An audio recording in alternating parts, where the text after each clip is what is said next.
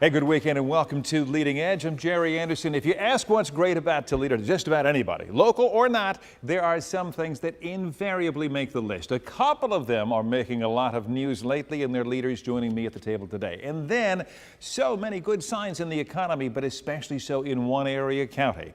The person who leads economic development there joins me in minutes. But first, Toledo's Museum of Art. It's one of the first things people list when asked about why Toledo is so special. The museum's director, for a while yet, joining me at our Leading Edge table. And we say for a while because Dr. Brian Kennedy is leaving the TMA next month.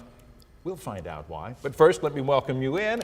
The museum's been around, get this, since 1901. You are just its 9th director. Not a lot of turnover in that position. You arrived here in 2010.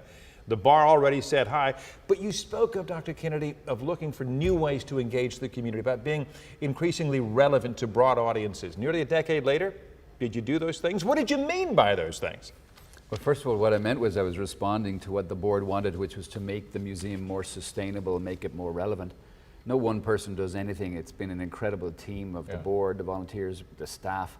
And I think that, very soon we're going to have the block party in July. This will be the 5th block party. Last year we had 10,000 people. 10,000 people? Yeah, the first one we had 2,000 people, and we had that 419-foot-long table because we're the 419. And so, yeah, I think, I was just at an event this week, Brews and Bros, and that was out of another event called The Art of the Cut, which was about barbers from African American communities in the city, having an event in the museum.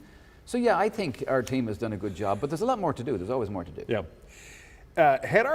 Do most museums become maybe too narrow in scope and appeal?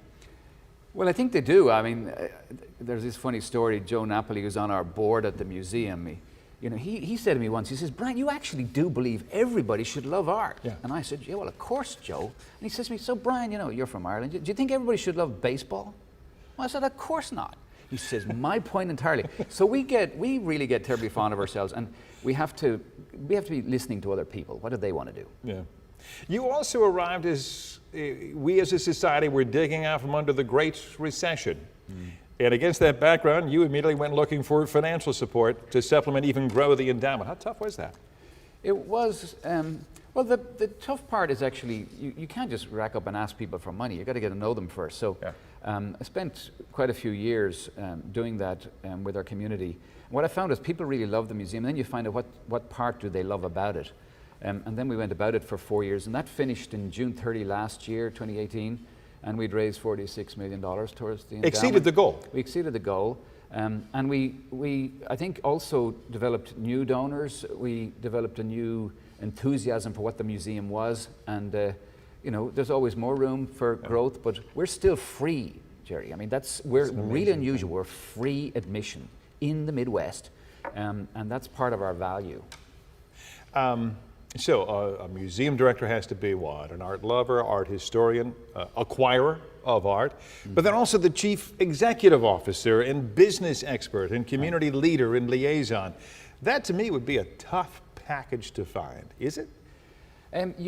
You have to like people first of all, and you've got to want to get involved in the community. So just like we all do, we just embrace the community and go and get involved in every event you can think of. That's not so much just to do with your own business, and then you get to know people and you get to know what way the community works.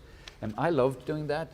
It's going to be a very hard place to leave. This is a great city with great people, and the museum is a kind of a benchmark quality institution for our area. There's no doubt about it. You're also, I read this about you, you're growing museum directors. You've seen people come up through your ranks who are now out directing their own museums. That has to give you a lot of satisfaction. Yeah, that's one of the things that I've enjoyed most. Maybe this is my 3rd museum that I've directed. So, you've made enough mistakes to know what works and what doesn't work, right? Okay. And so we took in people and on fellowship schemes and then made leaders out of them. And that's going to continue over years to come. And I think there will be a generation of museum leaders that come out of Toledo because we've got a great museum. It's well run, a great team, great support. And that's been one of the joys, there's no doubt. You are a huge champion, I know, of visual literacy, which is what? And how has the museum addressed that? So visual literacy is simply the ability to read write, and understand visual language. So you embrace the fact that we're living in a visual world, Yes, we are. everything digital, and so we've used every method possible to train people how to read visual images. And you know, it's about alternative facts, it's about, is it real, is it interfered with, is it whatever, all of that. And it's also about like seeing Monroe Street outside the museum and saying, well, look, it needs improvement. We're going to do something about that. It's like seeing the steam plant and we're going to make an office out of that. Yeah. It's about doing stuff. It's about activity. Wow. The museum under your tutelage is a place to learn certainly about art by observation, but it's also a place to learn a lot of other things and learn by doing. Right. And so if our job is to help people to see better, like that's what we're trying to do, you want to be able to see each other better. You want to see everybody from the community there. So really diversifying the museum audience was a huge deal. But to do that, you had to diversify the museum collections. So there's a whole exhibition at the moment called Global Conversations. It has art that we bought over the last decade from all over the world. And it's really an exciting gallery, but it's very different to what was there in 2010. Yeah. Well, now check this out, folks, because I am told we're approaching, what I'm told is the first exhibit to focus on our car culture. Toledo's an auto town, right? Look at our economy. To focus on our car culture in art, and with an emphasis close to home. Cars in the Midwest. Yes, at the Museum of Art. Right, right. And we are a car town, we're a car parts town, we obviously make Jeep and everything. But it's about automobility. It's about what did we do with cars? Well, we were able to get places we didn't go before. We were able to bring the family out on a drive. We were able to make suburbs. It's about the idea of being mobile, go further west.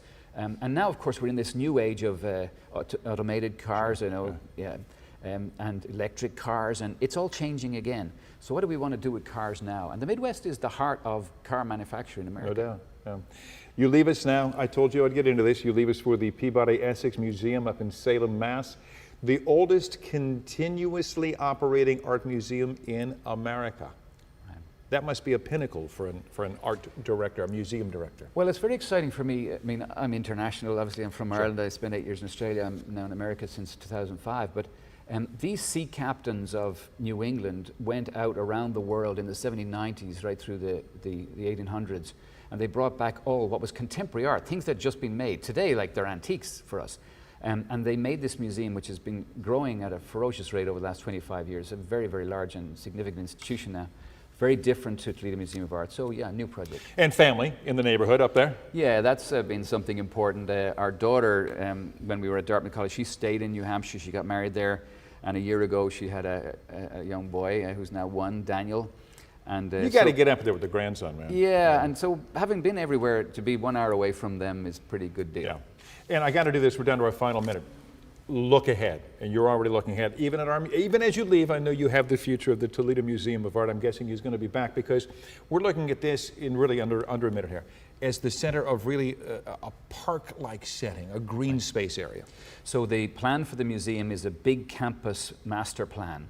That's a vision for what it could be as a parkland where the neighborhoods could gather, crowds could gather in between the old building and the glass pavilion. Yeah. The block party is kind of like the epitome of that this July. I hope everybody comes again, and as a gathering place for everyone. That's the vision. Best to you. Thank you for a great run here in Toledo. Thank you so much, I Jerry. wish you nothing but the best up there in Massachusetts. My thanks to Dr. Brian Kennedy, director of the Toledo Museum of Art, keeping us on the leading edge of what's happening there and his role in making that great museum even greater. Good luck up east, sir.